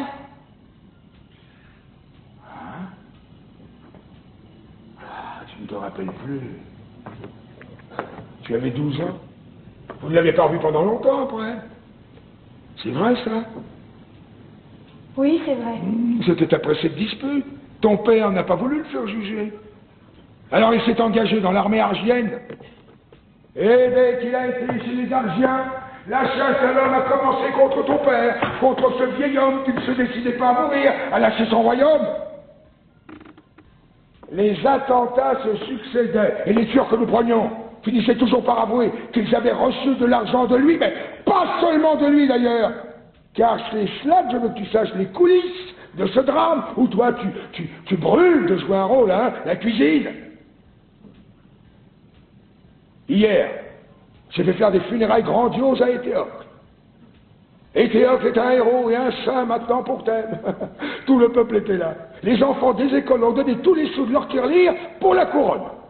Des vieillards, faussement émus, ont magnifié avec des trémolos dans la voix le bon frère, le fils d'Édipe, le prince royal. Moi aussi, j'ai fait un discours. Et tous les prêtres de Thèbes au grand complet avec la tête de circonstance. Et les honneurs militaires. Ah, il fallait bien. Je ne pouvais tout de même pas m'offrir une crapule dans les deux camps. Car je vais te dire quelque chose à toi. Quelque chose que moi, je sais seul. Quelque chose d'effroyable. Éthéocle, ce prix de vertu, ne valait pas plus cher que Polynice. Le bon fils avait essayé lui aussi de faire assassiner son père. Le prince loyal avait décidé, lui aussi, de vendre Thèbes au plus offrant, hein? Crois-tu que c'est drôle? Cette trahison pour laquelle le corps de Polynice est en train de pourrir au soleil. Eh bien, j'ai la preuve maintenant. Théo, qui dort dans son tombeau de marbre, se préparait lui aussi à la commettre. C'est un hasard. Si Polynice a réussi son coup avant lui, nous avions affaire à deux larrons en foire qui se trompaient l'un l'autre en nous trompant, et qui se sont égorgés l'un et l'autre, comme deux petits voyous qu'ils étaient pour un règlement de compte.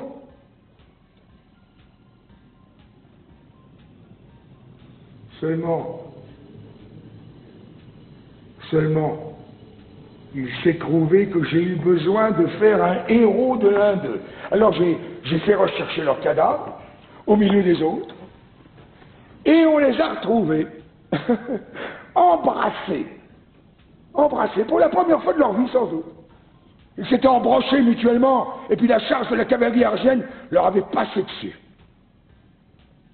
Ils étaient en bouillie, Antigone, méconnaissables. J'ai fait ramasser un décor, le moins abîmé des deux, pour mes funérailles nationales, et j'ai donné l'ordre de laisser pourrir l'autre où il était. Je ne sais plus lequel. Et je t'assure que ça m'est bien égal.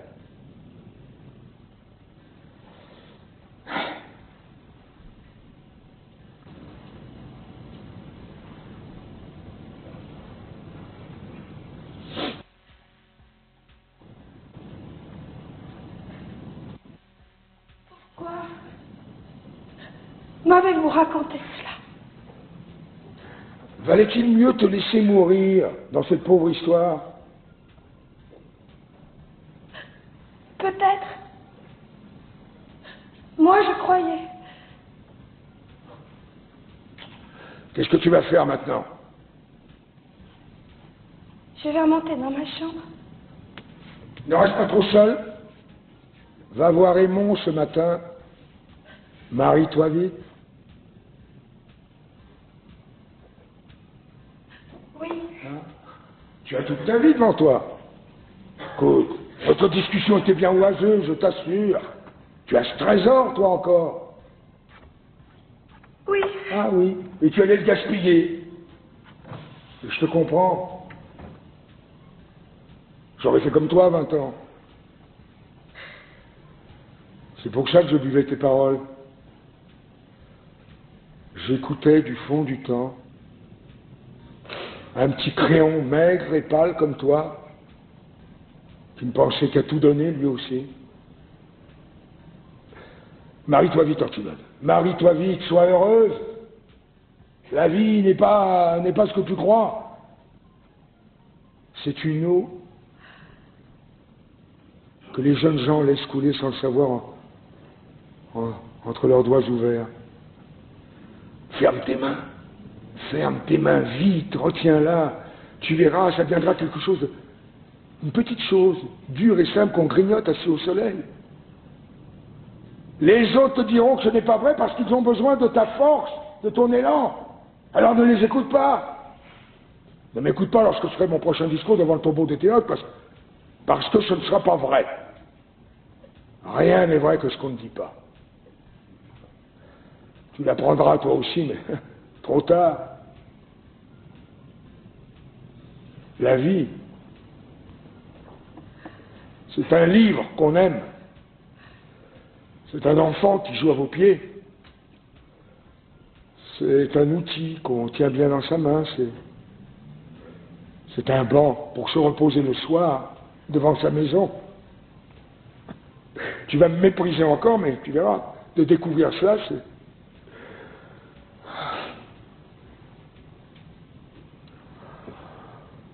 c'est la consolation dérisoire de vieillir. Parce que la vie, ce n'est peut-être tout de même que le bonheur.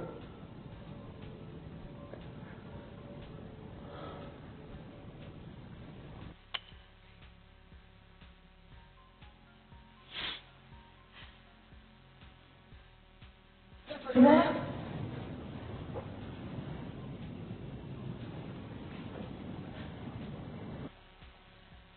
Pauvre mot, hein. Et quel sera-t-il mon bonheur?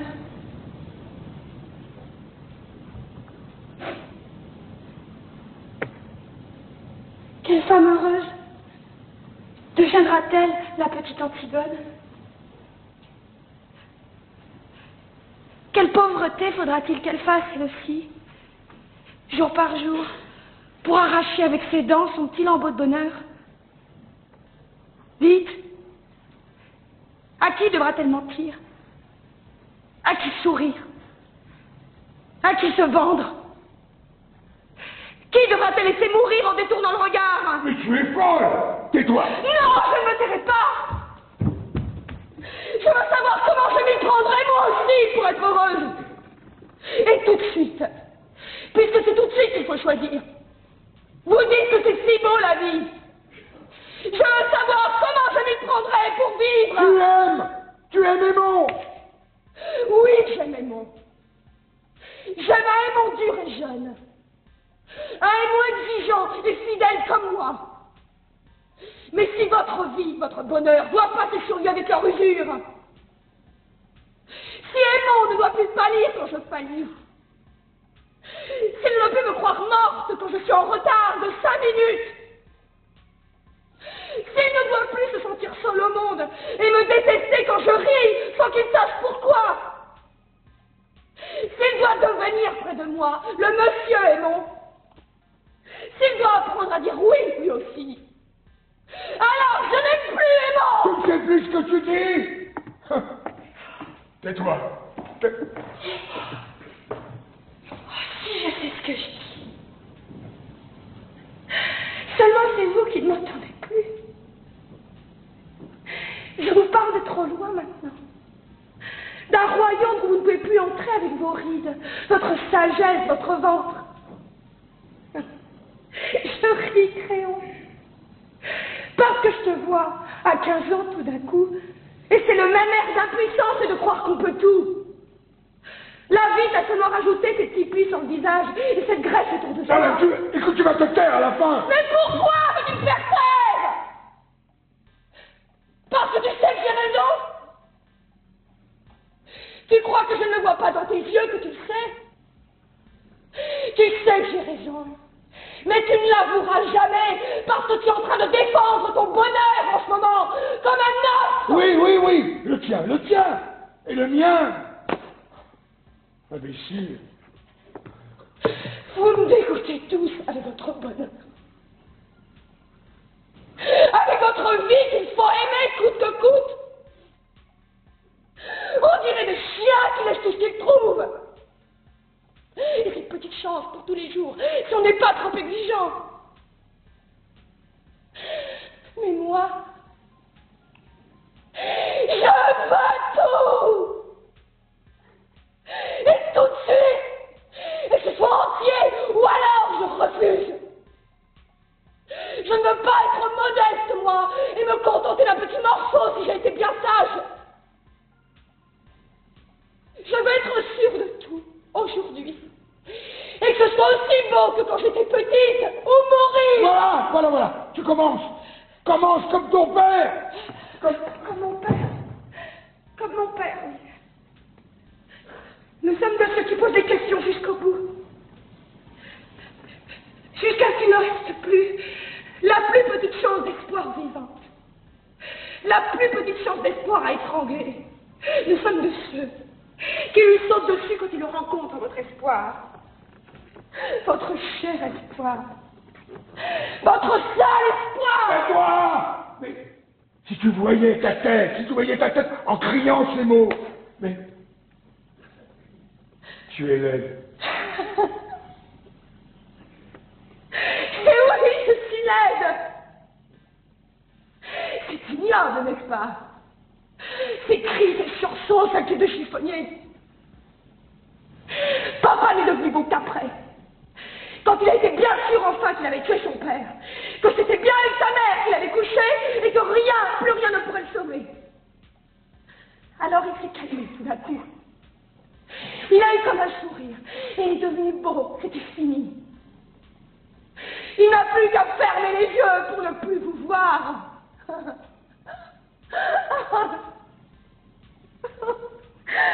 À vos têtes.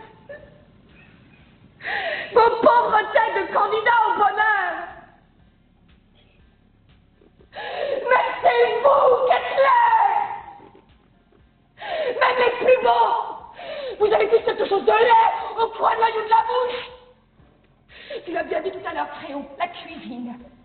Vous avez des têtes de cuisiniers. Je t'ordonne de te taire maintenant, t'entends? Tu m'ordonnes, cuisinier, mais tu crois que tu peux m'ordonner quelque chose? L'antichambre est pleine de mots. Tu veux donc te perdre? On va t'entendre. Eh bien, ouvre les portes, justement, il faut m'entendre. Mais pas que. Tu vas te taire à la fin. Allons vite, cuisinier, appelle tes gardes. Qu'est-ce que tu veux, toi aussi? Antigone, je viens. J'ai du courage. J'irai maintenant avec toi. Où iras-tu avec moi? Si vous la faites mourir, il faudra me faire mourir avec elle. Ah. Non, pas toi, c'est moi seul. Mais je ne veux pas vivre si tu meurs. Je ne veux pas rester ici sans toi. Tu choisis la vie. Et moi la mort, laisse-moi maintenant avec tes jérémiades. Il fallait y aller. À quatre pattes dans la nuit. Il fallait aller gratter la terre avec tes ongles pendant qu'ils étaient tout près. Et te faire empoigner par eux comme une voleuse. Je serai demain.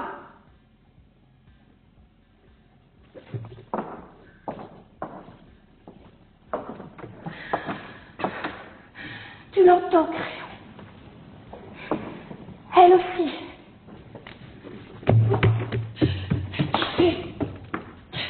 Si cela ne va pas prendre encore à d'autres en m'écoutant. Mais qu'est-ce que tu attends pour me faire taire? Qu'est-ce que tu attends pour appeler tes gardes? Allons, Créon, un peu de courage. Ça n'est qu'un mauvais moment à passer. Allons vite, cuisinier, c'est qu'il le faut. Garde! Emmenez-la! Enfin, Créon. Antigone.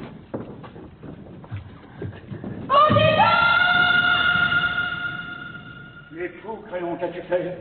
Il fallait qu'elle meure. Ne laisse pas mourir Antigone, Créon. Nous allons tous porter cette plaie aux côtés pendant des siècles. C'est elle qui voulait mourir. Aucun de nous n'a été assez fort pour la décider à vivre. Je le comprends. Je le comprends maintenant. Antigone était faite pour être morte. Elle-même ne le savait peut-être pas, mais... Polynice n'était qu'un prétexte. Quand elle a dû annoncer, elle a trouvé autre chose tout de suite. Ce qui comptait pour elle, c'était de refuser et de mourir. C'est une enfant, Créon. Et alors, qu'est-ce que tu veux que je fasse pour elle?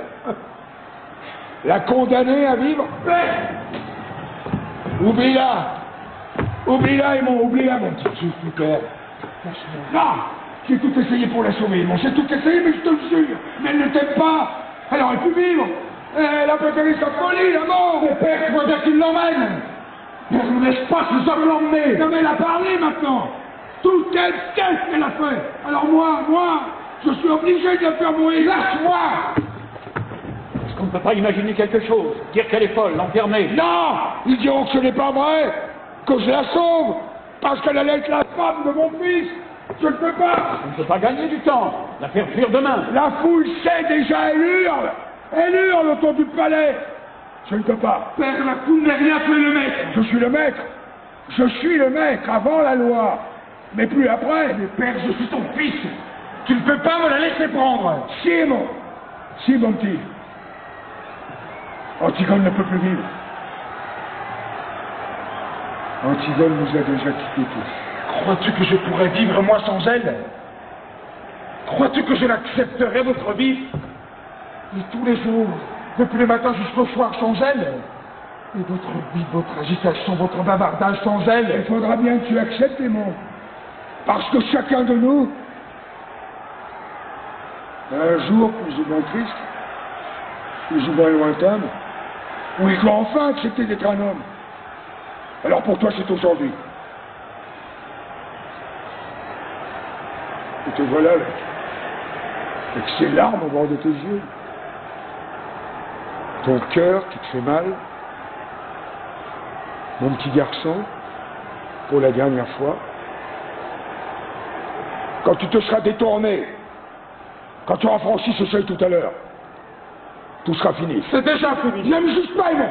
Ah non, non, pas toi. Ne me juge pas. Toi aussi. Cette grande force et ce courage, ce Dieu Jean qui m'enlevait dans ses bras pour me sauver des monstres et des ombres, c'était toi. Cette odeur défendue et ce bon pain du soir sous la lampe, quand tu me montrais des livres dans ton bureau, c'était toi, tu crois? Oui, Aimon. Tous ces chinois, tout cet orgueil, tous ces livres pleins de héros, c'était donc pour en arriver là? Être un homme, comme tu dis, est trop heureux de vivre? Oui, Aimon. Père, ce n'est pas vrai. Ce n'est pas toi. Ce n'est pas aujourd'hui. Nous ne sommes pas tous les deux au pied de ce mur où il faut seulement dire oui. Tu es encore puissant, comme lorsque j'étais petit. Père, je t'en supplie, que je t'admire. Que je t'admire encore. Je suis trop seul et le monde est trop nu si je ne peux plus t'admirer.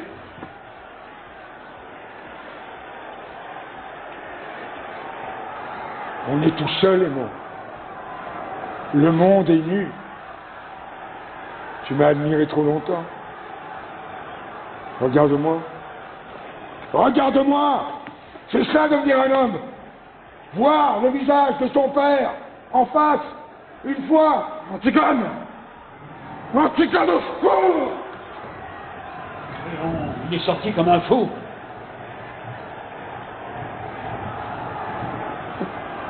Il l'aime, oui. Léon, il faut faire quelque chose. Je ne peux plus rien. Il est parti touché à mort.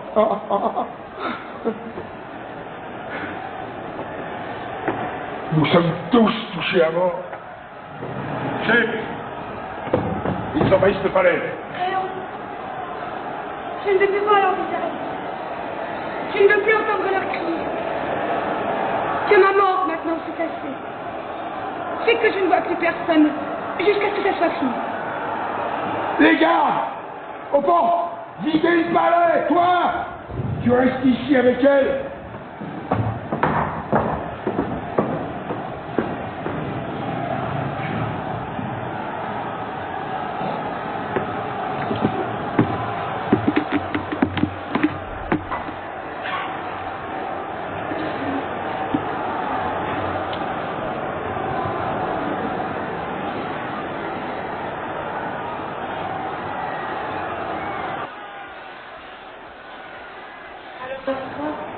Qui, moi? Mon dernier visage d'homme. Faut croire.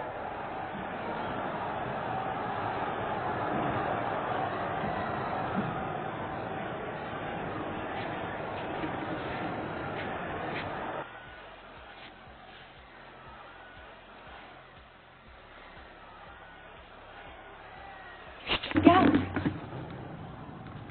Ça va? C'est toi qui m'as arrêté tout à l'heure. Oui, c'est moi. Tu m'as fait mal. Tu n'avais pas besoin de me faire mal. Est-ce que j'avais l'air de vouloir me sauver? Allez, pas d'histoire. Si ce n'était pas vous, c'était moi qui y passais. Tu as quel âge? 39 ans. Tu as des enfants? Oui. 2. Tu les aimes? Ça ne vous regarde pas? Il y a longtemps que vous êtes garde?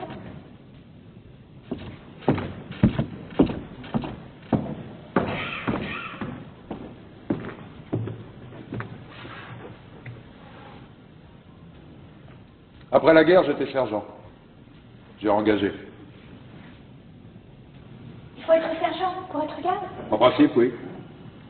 Sergent ou avoir suivi le peloton spécial. Devenu garde, le sergent perd son grade. Un exemple. Je rencontre une recrue de l'armée. Elle peut ne pas me saluer. Ah oui? Oui. Remarquez que généralement elle le fait. La recrue sait que le garde est un gradé. Question solde, on a la solde ordinaire du garde, comme ceux du peloton spécial. Et pendant 6 mois, à titre de gratification, un rappel de supplément de la solde de sergent. Seulement, comme garde, on a d'autres avantages. Logement, chauffage, allocation. Finalement, le garde marié avec 2 enfants arrive à se faire plus que le sergent. Ah oui? Oui. C'est ce qui vous explique la rivalité entre le garde et le sergent. Vous avez peut-être pu remarquer que le sergent affecte de mépriser le garde. Leur grand argument, c'est l'avancement. D'un sens, c'est juste. L'avancement du garde est plus lent et plus difficile que dans l'armée. Mais vous ne devez pas oublier qu'un brigadier des gardes, c'est autre chose qu'un sergent-chef. Écoute, Oui. je vais mourir tout à l'heure.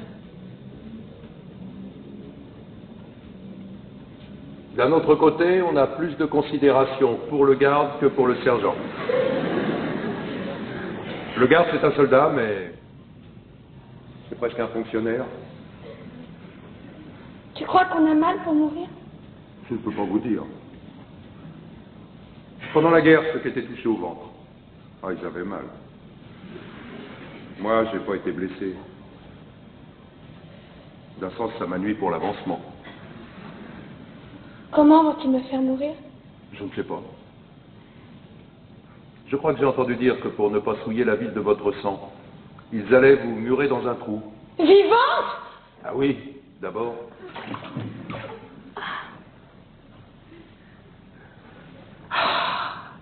Oh, tombeau.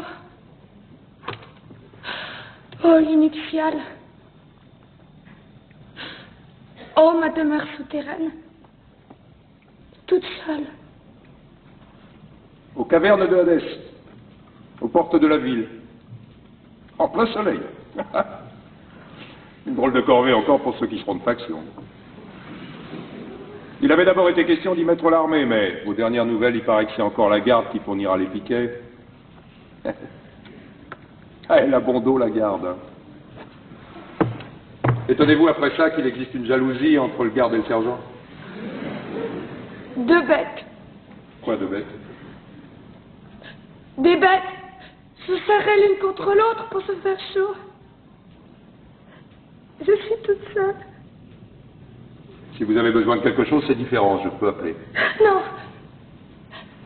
Je voudrais juste que tu remettes une lettre à quelqu'un quand je serai morte. Comment ça, une lettre? Une lettre que j'écrirai. Ah, ça non, pas d'histoire, une lettre, comme vous y allez, vous. Je risquerais gros, moi, ce petit jeu-là. Je te donnerai cet anneau si tu acceptes. C'est de l'or? Oui, c'est de l'or. Vous comprenez, moi, si on me fouille, c'est le conseil de guerre. Ça vous est égal. Ce que je peux, si vous voulez, vais écrire sur mon carnet ce que vous auriez voulu dire. Après, j'arracherai la page. Mon écriture, c'est pas pareil. Ton écriture? C'est trop laid, tout cela. Tout est trop laid. Vous savez, si vous ne voulez pas, moi... Écris! Garde la bague et écris, mais fais vite, j'ai peur que nous n'ayons plus le temps. Écris. Mon chéri. C'est pour votre bon ami. Mon chéri. J'ai voulu mourir. Et tu ne vas peut-être plus m'aimer. Mon chéri, j'ai voulu mourir et tu ne vas peut-être plus m'aimer. Et Créon avait raison. C'est terrible. Maintenant, à côté de cet homme, je ne sais plus pourquoi je meurs. J'ai peur. Et Créon avait raison. Oh non, notre petit garçon. Je le comprends seulement maintenant combien c'était simple de vivre. Dites, vous allez trop vite, comment voulez-vous que j'écrive? Il faut le temps tout de même.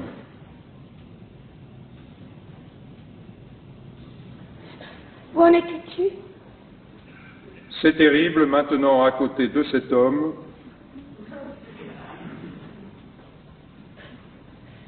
Je ne sais plus pourquoi je meurs. Je ne sais plus pourquoi je meurs.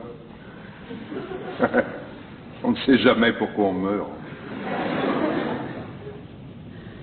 J'ai peur. Non. Raye tout cela. Il vaut mieux que jamais personne ne le sache. C'est comme si il devait me voir nue et me toucher quand je serais morte. Mais seulement... Pardon. Alors j'aurai la fin et je mets pardon à la place. Oui. Pardon, mon chéri. Sur la petite Antigone. Vous auriez tous été bien tranquilles. Je t'aime. Sans la petite Antigone, vous auriez tous été bien tranquilles. Je t'aime. C'est tout?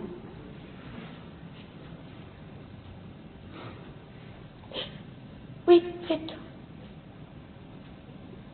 C'est une drôle de lettre. Oui, c'est une drôle de lettre. Et c'est à qui qu'elle est adressée? Allez. Pas d'histoire.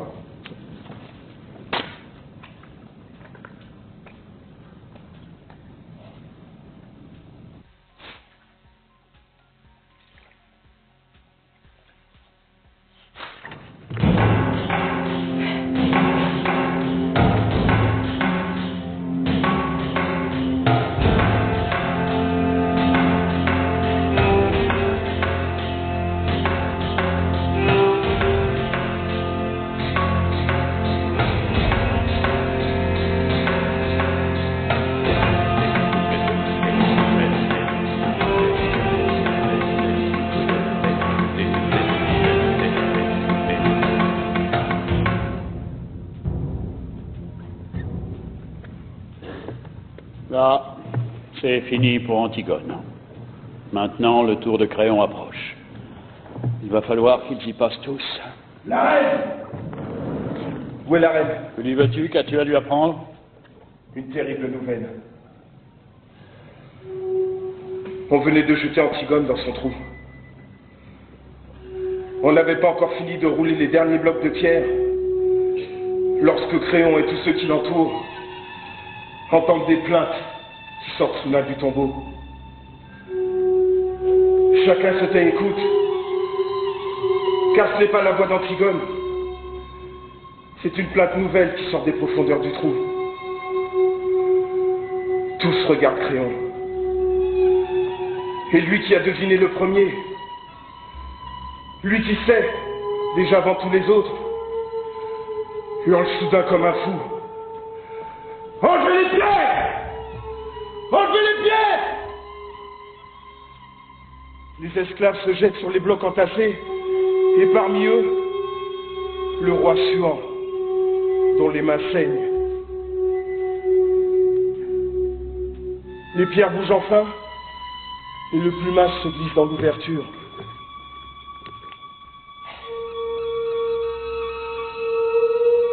Antigone est au fond de la tombe, pendue au fil de sa ceinture. Des fils bleus, des fils verts, des fils rouges, qui lui font comme un collier d'enfant. Et Aimon à genoux, qui la tient dans ses bras, et gémit, le visage enfoui dans sa robe. On bouge un bloc encore et Créon peut enfin descendre. On voit ses cheveux gris dans l'ombre au fond du trou. Il essaie de relever Aimon. Il le supplie. Aimon ne l'entend pas. Puis soudain elle se dresse, les yeux noirs. Et il n'a jamais tant ressemblé au petit garçon d'autrefois. Il regarde son père, sans rien dire. Une minute. Et tout à coup, il lui crache au visage et tire son épée. Créon bondit hors de portée. Alors il le regarde avec ses yeux d'enfant, lourds de mépris. Et Créon ne peut éviter ce regard, comme la lame. Aimon regarde ce vieil homme tremblant à l'autre bout de la caverne. Et sans rien dire, il se plonge l'épée dans le ventre et il s'éteint à côté d'Antigone, l'embrassant dans une immense flaque rouge.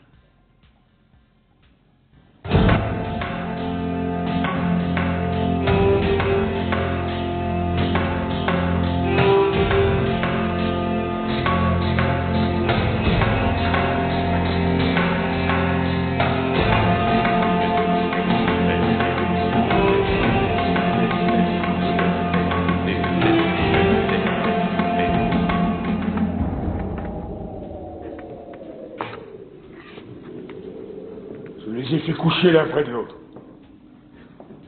Enfin. Ils sont lavés maintenant, reposés. Ils sont seulement un peu pâles, mais si calmes. Deux amants, au lendemain de la première nuit. Ils ont fini, eux. Pas toi, Créon, il te reste encore quelque chose à apprendre. Eurydice, la reine, ta femme, est passée dans sa chambre. Sa chambre à l'odeur de lavande, aux petits napperons brodés et aux cadres de peluche, pour s'y couper la gorge.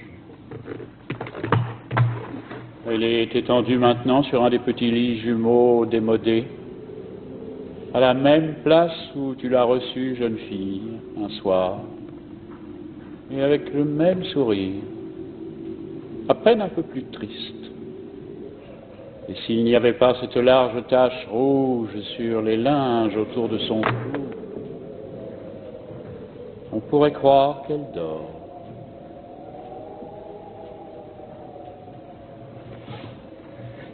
Elle aussi.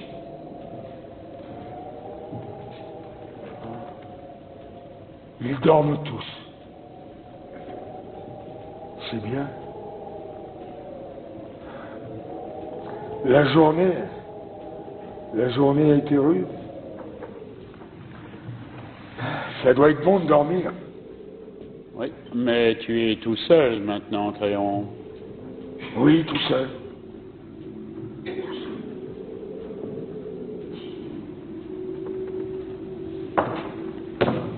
Monsieur,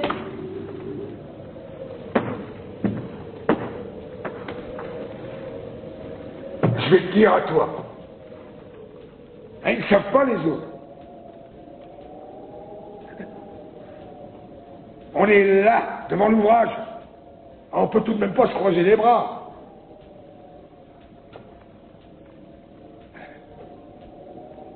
Ils disent que c'est une sale besogne, mais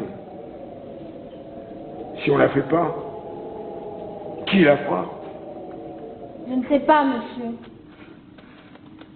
Ah bah, bien sûr, tu ne sais pas. Et puis, tu en as de la chance. Ce qu'il faudrait, c'est ne jamais savoir.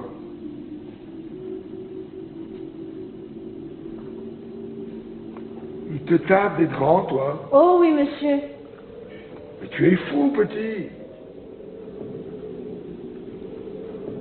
Il faudrait ne jamais devenir grand.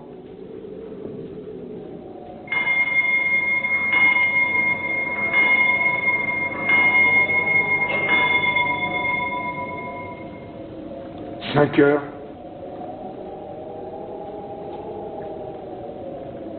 Qu'est-ce que nous avons aujourd'hui, à 5 heures? Conseil, monsieur. Un conseil?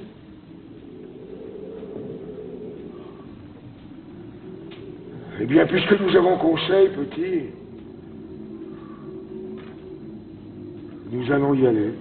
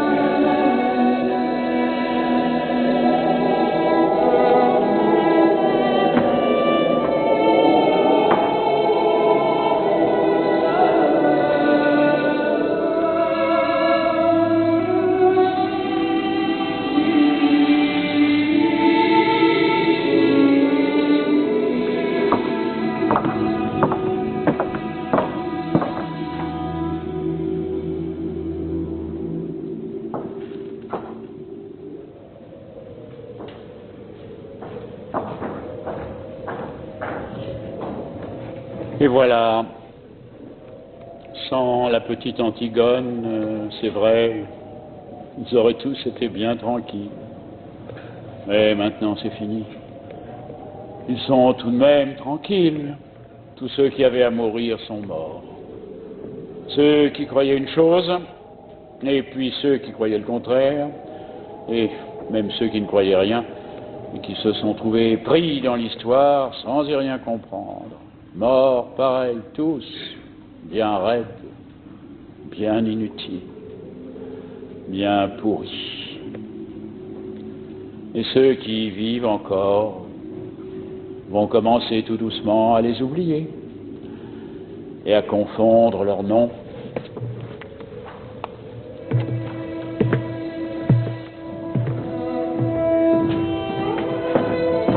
Fini, Antigone est calmée maintenant. Nous ne saurons jamais de quelle fièvre son devoir lui est remis. Un grand apaisement triste tombe sur Thèbes et sur le palais vide où Créon va commencer à attendre la mort.